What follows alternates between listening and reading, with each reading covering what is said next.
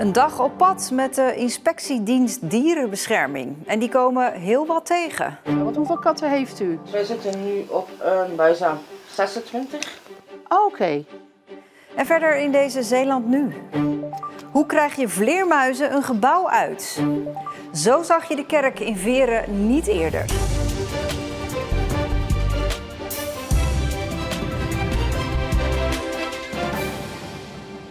Goedenavond. Zeeland werd vorig jaar opgeschrikt door beelden van een zwaar verwaarloosde husky. De uitgemergelde hond was nauwelijks meer dan een skelet, maar zijn leven werd gered door ingrijpen van de Landelijke Inspectiedienst Dierenbescherming. Om te zien hoe die dienst werkt, gingen we een dag mee. Hi. Hallo, goeiedag. Landelijke Inspectiedienst Dierenbescherming. Ik kom even op een hercontrole. Hey. Een collega van mij is eerder bij u geweest, hè? Omtrent de katten. Want hoeveel katten heeft u? Dus wij zitten nu op een buizaam 26. Oké. Dat is volgens mij dan al een heel stuk minder als in eerste instantie. Oké. Zullen we even een rondje maken? Ik zie allemaal water en voer staan. Ja, daar is Nee. Oké, want u heeft de ketterie. U wilt wel doorgaan met de ketterie. Dat is wel de bedoeling. Ja, oké. Maar dan in iets mindere mate. Ja. Ik ga bij de mensen langs waar wij een melding van hebben gehad als er mogelijk iets niet goed is met de huisvesting van het dier of de verzorging. En ja, dan moet ik maar afwachten wat ik tegenkom. En dan ga ik even de kant van het verhaal van de mensen horen of we iets moeten of niet.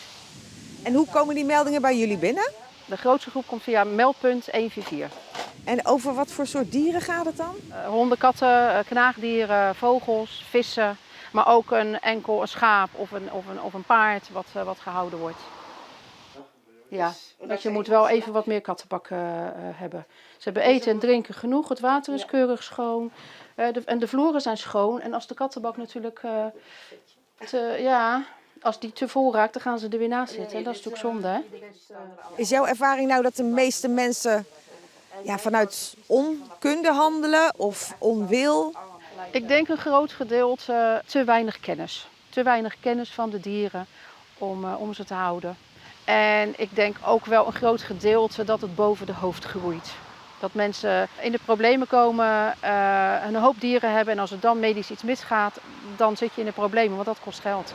En dan gaat het natuurlijk escaleren. Oké. Dus, Nee, dat is wel, maar het is wel een hele verbetering als de vorige keer. Hè? Want ik ben hier niet zelf ter plaatse geweest, maar ik heb natuurlijk wel foto's gezien van mijn collega. Hou goed contact met de dierenarts, dat is altijd van belang. Wij komen nog een keer langs en hou de kattenbak in de gaten, zeker met de zon. Heel veel succes met alle kleintjes, met alle andere zaken natuurlijk. Wij komen nog een keertje terug. Ja, oké, dankjewel. Hetzelfde, doei doei. We komen net terug van de cattery. Nu vond jij de situatie echt wel voldoende. Maar eerlijk gezegd, ik schrok toch wel een beetje van hoe het er allemaal uitzag en hoe het daar rook. Ja, dat begrijp ik heel goed als je voor het eerst binnenkomt bij mensen.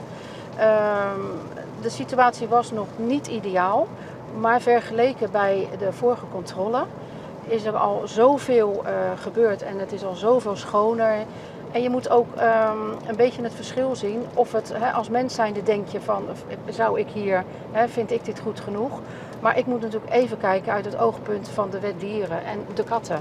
En voor de katten is deze huisvesting prima, geschikt en schoon genoeg.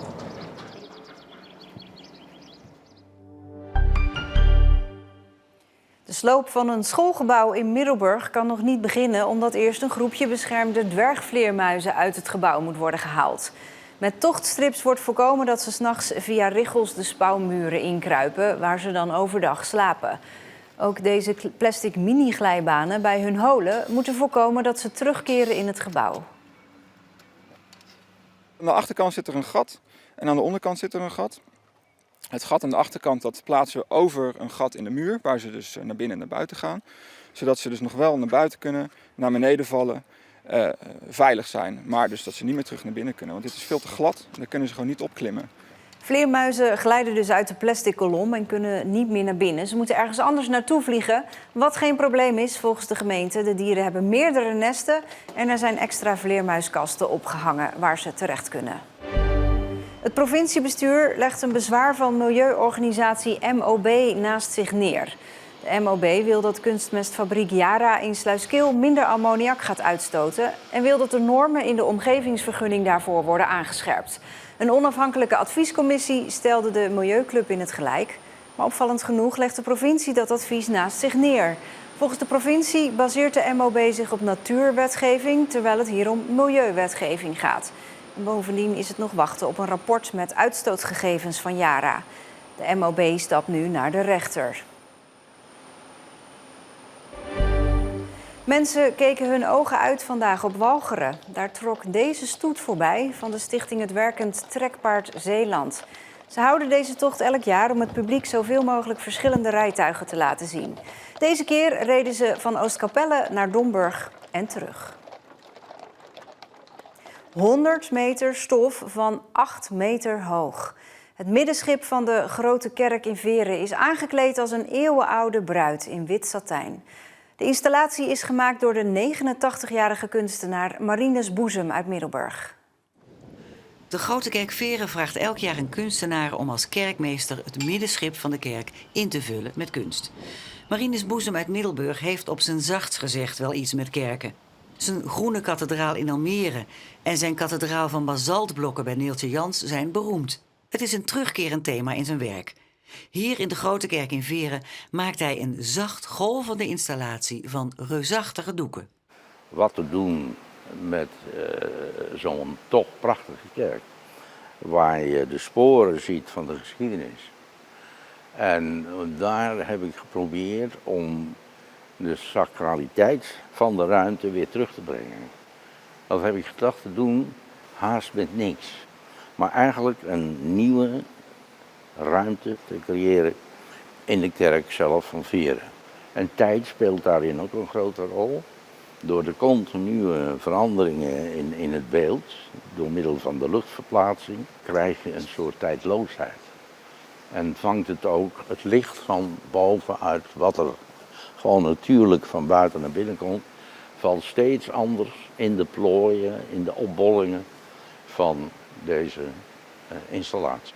En je hebt hier natuurlijk mee het contrast met de kerk zelf. Je ziet de tijd ook in de zuilen, in de slijtages, zal ik maar zeggen. De functies die de kerk in het verleden heeft gehad.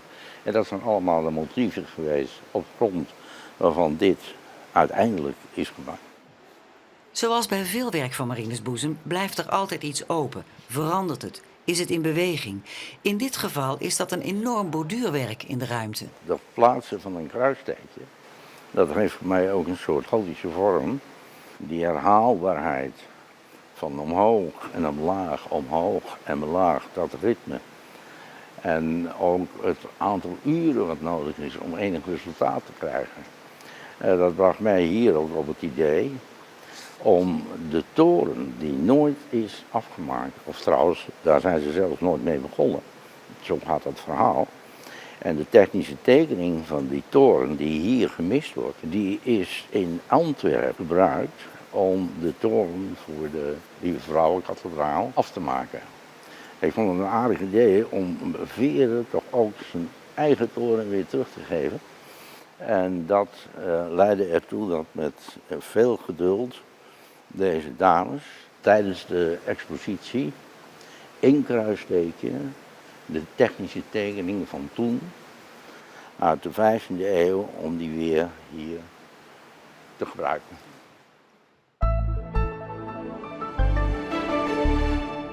Zonnig vandaag, maar ook steeds wel wat sluierbewolking. Meer landinwaarts waren er stapelwolken. De temperatuur steeg langzaam richting de 25 graden. Vannacht kan er een bui vallen. Morgen is er maar af en toe zon. En vooral 's middags kans op regen. Daar kan een flinke bui tussen zitten. En het wordt morgen ook wat minder warm. En op onze website vindt u nog gesteggel over een naam. Restaurant De Visbar in Domburg was not amused toen een restaurant in Breskens dezelfde naam nam en stapte naar de rechter. Hoe dat is afgelopen vindt u in onze app en op omroepzeeland.nl. En daarmee zijn we aan het einde van deze Zeeland Nu. Een fijne zomeravond. Tot later.